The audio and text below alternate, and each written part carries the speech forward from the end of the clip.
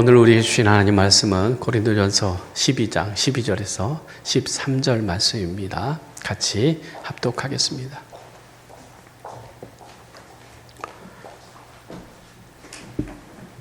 네, 넘겨주세요. 같이 읽습니다. 몸은 하나인데 많은 지체가 있고 몸에 지체가 많으나 한 몸임과 같이 그리스도도 그러하니라. 우리가 유대인이나 헬라인이나 종이나 자유인이나 다 한 성령으로 세례를 받아 한 몸이 되었고 또 다 한 성령을 마시게 하셨느니라. 아멘. 오늘은 성령 강림 주일입니다. 성령 강림 주일은 예수님이 부활하신 부활절 이후로 50일째 되는 날, 그래서 또 다른 말로 오순절 이렇게 얘기를 합니다. 그런데 오순절 날 마가다락방에 놀라운 그 일이 벌어지죠. 하늘로부터 급하고 강한 바람 같은 소리가 들려서 그 모인 자들이 놀라고 또 그 바람뿐만 아니라 불의 혀같이 갈라지는 것들이 그 사람들을 머리맡다 임하게 되어져서 120명이 되는 그 성도들이 성령 충만함을 받았다라고 하는 거예요. 이 성령 충만함을 받은 그 예루살렘 교회를 통해서 복음이 예루살렘과 유대와 사마리아와 땅끝까지 이르러 복음이 증거되게 되어졌습니다. 그리고 바울의 전도를 통해서 고린도 교회까지 교회가 세워지게 되어지는데, 당시 고린도는 그리스 남부 아가야에 속한 그런 곳인데 지리학적으로 굉장히 좋은 지역이 있었다라고 하는 거죠. 즉 말해서 무역의 통로가 되었던 거예요. 그래서 돈이 왔다 갔다 하니까는 잘 살게 되어지는 거죠. 그런데 잘 살게 먹고 살 게 있으면 사람들이 모여지는 건 아니겠습니까? 그래서 그때 당시만 해도 60만에서 70만 정도의 사람들이 이 고린도에 살았다라고 하는 거예요. 먹고 살 만한 것들이 그렇게 많아서 사람들이 모이게 되는데, 그래서 사람들이 모이다 보니까는 이제 타락하게 되어지는 거죠. 성적으로 문란한 그런 방탕한 생활을 하게 되어집니다. 그 중심에 이 아프로디테라고 하는 이 신전이 있었는데, 그 신전에 1000여 명의 창기들이 있었다라고 하는 거죠. 이러한 그 배경들을 가지고 있는 고린도에 복음이 전해지고 교회가 세워진다라고 하는 것은 놀라운 일이죠. 방탕한 곳, 죄가 많은 곳, 그리고 그 신전이 있어서 거기에 1000여 명의 창기들이 있는 그곳에 복음이 전해지고 교회가 세워졌단 말이에요. 그런데 그 고린도 교회가 처음에는 복음을 듣고 복음으로 잘 세워지는가 했더니 나중에는 고린도 교회에 서로 분파가 생기고 또 네가 높으니 내가 높으니 서로 경쟁하게 되어지고 시기 질투하게 되어져서 나는 바울에게 속했다, 나는 아볼로에게 속했다, 나는 게바에게 속했다, 나는 그리스도에게 속했다라고 하면서 서로 싸우고 분쟁하게 되어졌다고 하는 거예요. 그것을 보는 이 바울은 얼마나 가슴이 아프겠습니까? 정말 하나님의 교회로 아름답게 서어져 가면 좋겠는데 자기가 개척했던 그 교회가 지금 서로 분쟁이 일어나고 다툼이 일어난다. 그것을 들을 때에 이 바울의 마음이 무너지는 거죠. 그런 상황에서 이 고린도 교회에 편지를 쓰게 되어집니다. 그 편지의 내용 중에 오늘 본문 말씀이 있습니다. 근데 이 본문 말씀은 성령이 어떻게 임하시고 무슨 사역을, 일을 하시는가라고 하는 것을 가르쳐 주고 있습니다. 첫 번째는 성령은 예수님이 주님이시다라고 고백하게 하고 또한 각 사람에게 은사를 나누어 주신다라고 하는 거예요. 성령은 예수님이 주님이시다라고 고백하게 하신다라고 하는 거예요. 고린도전서 12장 3절 말씀 같이 한번 읽겠습니다. 성령을 아니고는 누구든지 예수를 주라 할 수 없느니라. 이렇게 말합니다. 여기서 주라고 하는 말은 헬라어로 키리오스라고 하는 것인데 이 키리오스는 70인역에서 나온 겁니다. 근데 주전 3세기 정도에 이제 그 성경을 히브리어에서 헬라어로 번역하게 되어져요.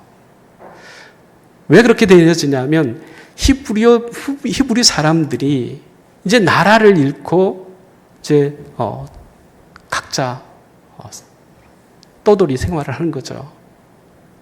그러다 보니까는 이 히브리어를 잃어버린 거예요. 그래서 그 히브리어를 헬라어로 번역할 수밖에 없었던 거예요. 그래서 70인역을 이제 만들게 되어지는데 그 70인역의 번역 가운데 이 즉 말해서 이게 야훼라고 하는 구약의 히브리어로 야훼라고 하는 말을 뭘로 번역할 것이냐라고 했을 때에 이 퀴리오스라고 하는 말을 사용하게 되어집니다. 그런데 이 말은 굉장히 중요한 의미가 있는 게 뭐냐면 이 가이사, 즉 로마의 황제에게 사용하는 말이 황제를 상징할 때 하는 말이 이 주라고 하는 말, 퀴리오스라고 하는 말을 썼다라고 하는 거예요. 그런데 예수님께 주님, 퀴리오스 이렇게 이제 붙이게 되어지는 것이죠. 예수님이 주님이십니다. 주이십니다. 라고 하는 말이에요. 어찌 보면 로마 황제에게 사용하는 그 단어를, 그 말을 예수님께 사용한다라고 하는 것은 로마 그 사람들이 생각할 때는 아니 황제가 주인데 퀴리오스인데 어떻게 예수를 주라고 고백할 수 있느냐. 이것은 반역이다. 이렇게 생각할 수 있겠죠. 그러다 보니까 뭐냐면 이 예수님이 주님이시다라고 하는 말을 하게 된다라고 하는 것은 정말 목숨을 거는 그러한 고백일 수 있는 거죠.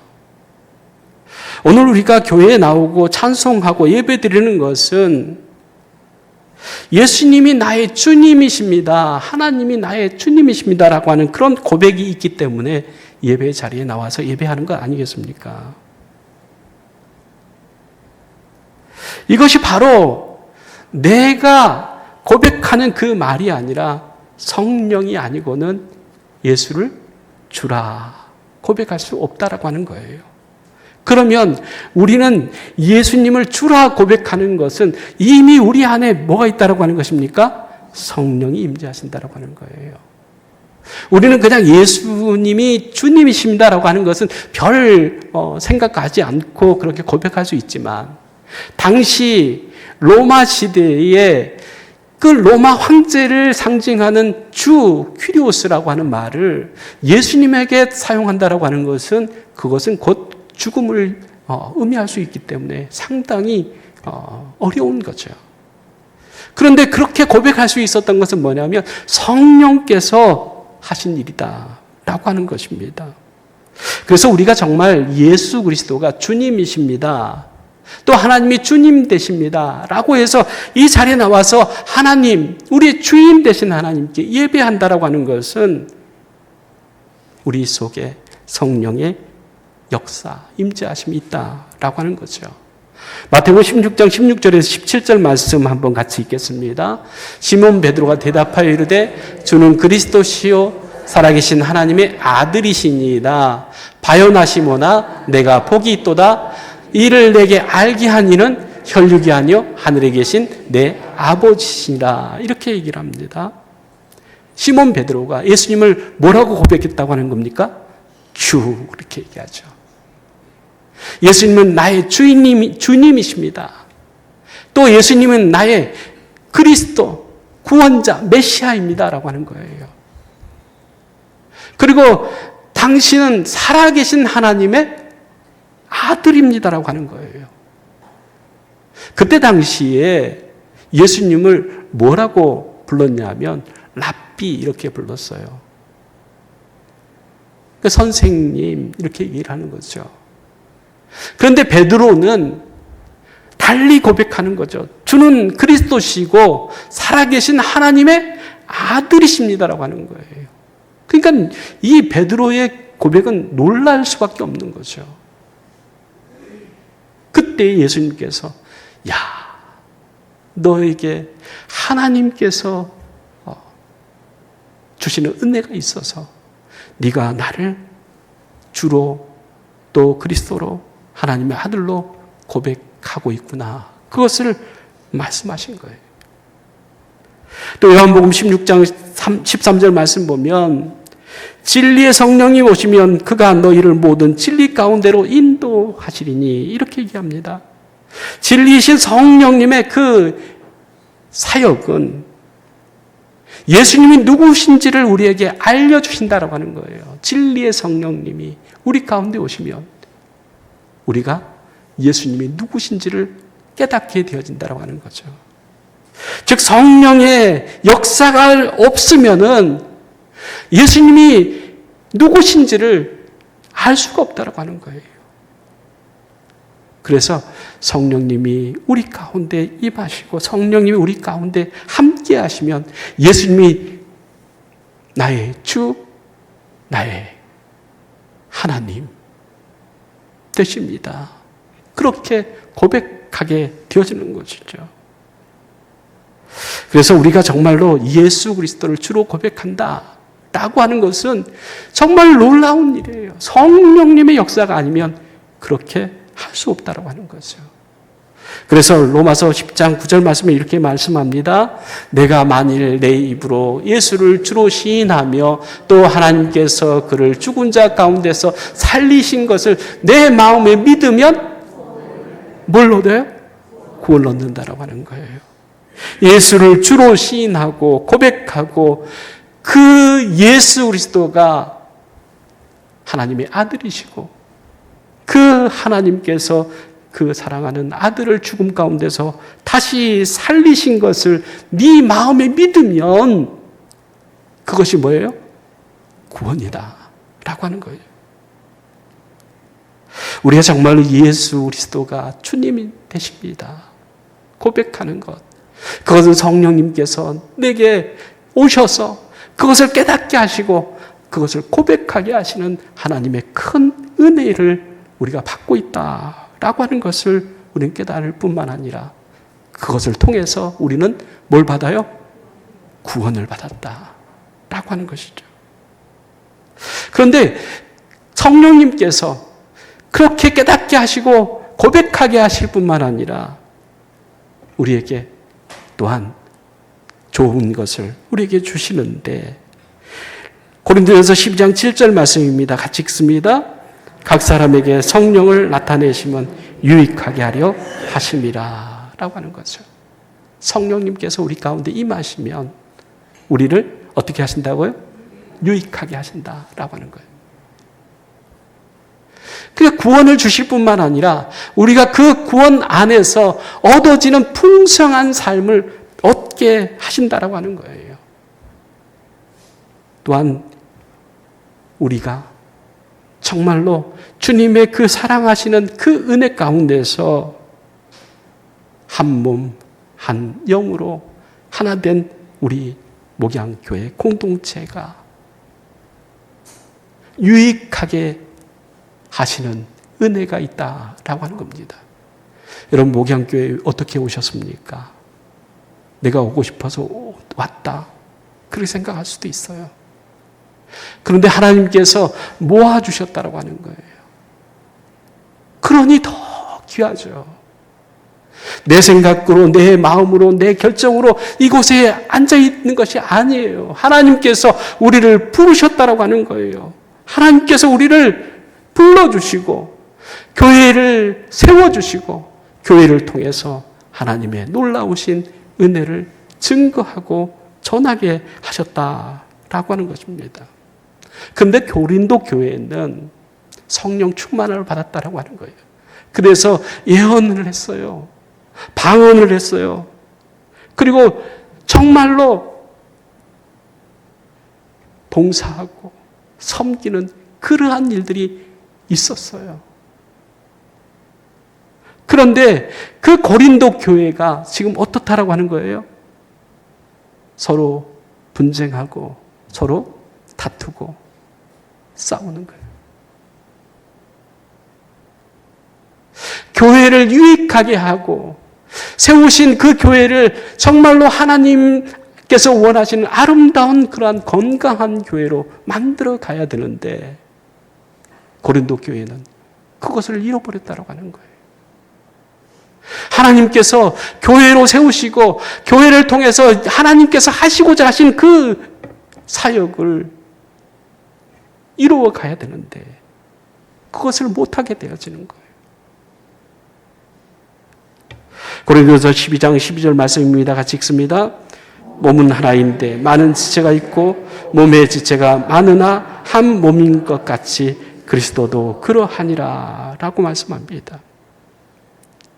우리는 그리스도의 뭐라고 하는 거예요? 지체다라고 하는 거예요. 여러분, 몸이 뭐 눈 하나가 있어서 몸이라고 하지 않지 않습니까? 코 하나가 있어서 몸이라고 말할 수 없죠. 눈, 코, 입, 팔, 다리 다 있어야 건강한 사람이구나 이렇게 보는 거죠. 우리는 그리스도의 몸에 붙어있는 지체라고 하는 거예요. 그렇기 때문에 우리가 정말 눈의 역할을 할 수도 있고 코의 역할을 할 수도 있고 입의 역할을 할 수 있고 손, 발의 역할을 할 수 있어요. 그런데 눈이 내가 보았기 때문에 이 일을 할 수 있는 거가 그렇기 때문에 네 눈이 중요한 거야. 머리가 아니야. 내가 시키니까 하는 거지. 서로 다툼이 있었다고 보세요. 그러면 그 몸이 건강한 몸이 되겠습니까? 한 몸으로 하나님께서 이루어 주신 그리스도의 지체로서 서로 아끼고 사랑하며 보살피면서 건강하게 유지하는 것이 필요하다고 하는 거죠. 그래서 에베소서 4장 1절에서 3절 말씀입니다. 찍습니다.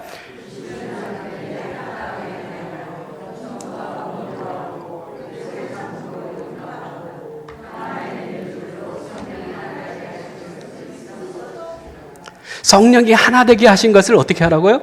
힘써서 지키라고 하는 거예요. 즉 몸이 건강하지 못하면 눈이 건강하지 못하면 눈이 건강할 수 있도록 힘써야 되는 거예요. 손도 발도 마찬가지. 우리가 연약할 수 있죠. 그런데 그 연약함이 이 문제가 돼서 그건 없어져야 된다 이렇게 생각하는 것이 아니라 연약하기 때문에 더 돌봄이 필요하고 더 아끼고 사랑하는 것이 필요한 거예요. 손이 좀 아프다고 손 잘라내면 되겠습니까? 눈이 좀 건강하지 못하다고 눈 뽑아내면 되겠습니까? 어떻게든지 한 몸을 이루게 하신 하나님께서 그리스도의 몸으로 이루신 목양교회 성도로 하나님께서 모아주신 우리 교회가 건강할 수 있도록 힘써서 어떻게 해요? 지키는 것이 필요하다고 하는 거예요. 제가 늘 안타까운 마음을 갖는 게 뭐였냐면 정말 교회를 떠나려고 준비하는 사람들이 너무 많아요. 하나님께서 모아주신 그 목양교회 공동체다라고 하면은 여기서 정말로 그 하나님의 주신 은혜를 구하면서 어떻게든지 붙잡고 애쓰는 것이 있어야 되죠. 근데 좀 힘들고 어려우니까 난 떠나겠다. 그런 사람들을 볼 때, 야, 정말 어디 가서든지 그 사람들은 또 떠날 이유들을 찾게 되어지고 붙어 있지를 못해요. 그게 건강하지 못하는 거죠. 정말 할 수 없을 때가 있어요. 그렇지만은 그렇지 않으면 정말로 하나님 주신 그 교회, 모아주신 목양교회를 어떻게든지 지키고 살려야겠다. 회복하게 만들어야겠다라고 하는 그러한 생각으로 좀 힘썼으면 좋겠다. 그런 마음이 있어요. 그런데 영국의 신학자 존 스토트는 이렇게 얘기를 했더라고요. 우리는 성령의 하나됨을 창조할 수 없다라고 하는 거예요. 다만 그것을 유지하거나 깨뜨릴 수 있을 뿐이다, 이렇게 얘기를 했습니다. 이 말은 뭐냐면 우리는 이미 예수 그리스도를 통한 한 몸, 한 가족이 되었다라고 하는 거예요. 이것은 우리가 할 수 있는 것이 아니라고 하는 거예요. 하나님께서 하신 일이라고 하는 겁니다. 우리가 할 수 있는 일은 하나님께서 하나 되게 하신 교회를 아름답게 유지하든지 아니면 깨뜨릴 수밖에 없다라고 하는 거예요. 우리가 정말로 유익하게 하는 사람인가 아니면 깨려고 하는 사람인가라고 하는 것들을 우리가 생각하면서 하나님의 마음은 어떤 마음일까? 그걸 좀 생각했으면 좋겠다라고 하는 거예요. 창조는 우리가 할 수 있는 게 아니에요. 창조는 오직 한 분 하나님밖에 하실 수 없습니다. 대초에 하나님이 천지를 어떻게 해요? 창조하셨습니다. 하나님은 창조주예요. 그런데 그 창조의 질서를 깨뜨려버리는 게 누구였냐? 사단이었다고 하는 거죠. 어떻게 깨뜨렸습니까? 사람을 통해서 깨뜨려버린 거예요. 정말로 유익을 위해서 하나님의 그 세우신 교회를 아름답게 하기 위해서, 세우기 위해서 내가 정말 힘쓰고 애써야 되는가? 아니면 창조주 하나님께서 만들어주신 교회를 우리가 깨야 되는가?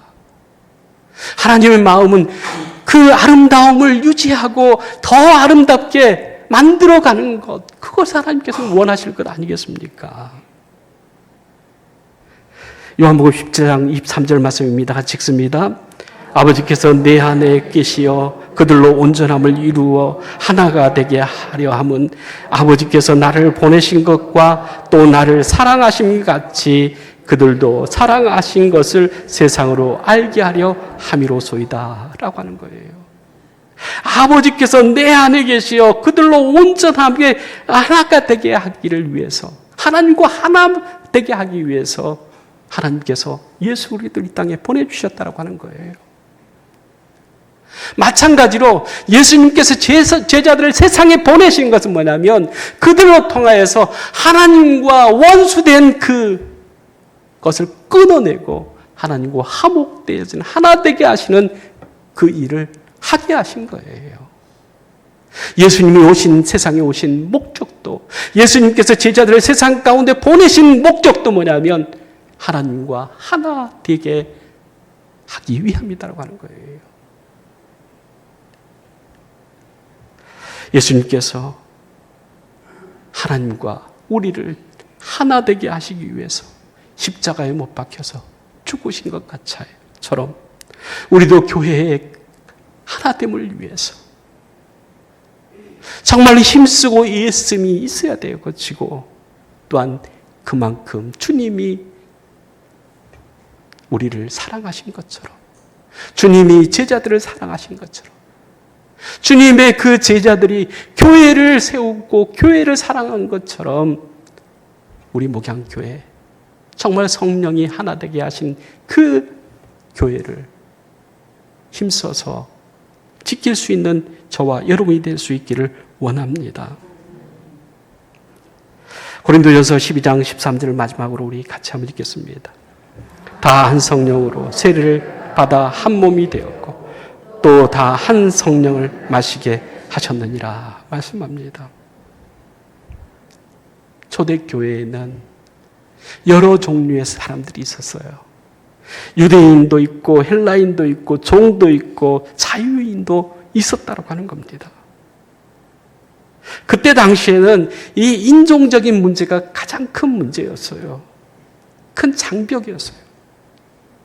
오늘로 말하면은 세대 차이, 문화 차이, 생각 차이가 있었다고 하는 겁니다. 그럼에도 불구하고 그 초대교회는 성령으로 세례를 받아서 한 몸이 되었다고 하는 거예요. 성령께서 그 모든 장벽들을 무너뜨려 주셨다고 하는 겁니다. 성령이 아니고는, 하나님이 아니시고는 그 일을 할 수가 없다고 하는 거예요. 오늘 예배드리는 우리 목양교회 모든 성도님들, 우리는 각자 다른 생각과 각자 다른 경험, 그리고 각자 다른 그러한 지식을 가지고 우리가 있기 때문에 때로는 갈등도 있고 때로는 어려운 그런 부분들이 있을 수 있습니다. 그러나 우리 모두는 한 성령을 마시고 또한 목양교회에서 한 몸으로 세워주신 하나님의 그 은혜가 있다고 하는 것을 우리가 생각하고 성령께서 우리를 하나로 묶어주신 목양교회를 사랑하고 또한 그 우리 목양교회를 아끼고 또 힘써 지킬 수 있는 우리 모두가 되어지기를 간절히 주의 이름으로 축복합니다. 기도하겠습니다. 사랑의 하나님 참 감사합니다. 생각이 다릅니다. 마음이 다릅니다. 그러나 하나님께서 목양교회 지체로 모아주셨습니다. 하나님, 우리 목양교회가 성령의 하나 되게 하시는 역사로 하나 되어지는 귀한 은혜를 주시어서 하나님, 세상 가운데 그리스도의 십자가의 복음을 하나님 전하는 그 사명을 잘 감당하는 교회 되어지게 하여 주시옵소서. 예수님의 이름으로 기도리옵나이다. 아멘.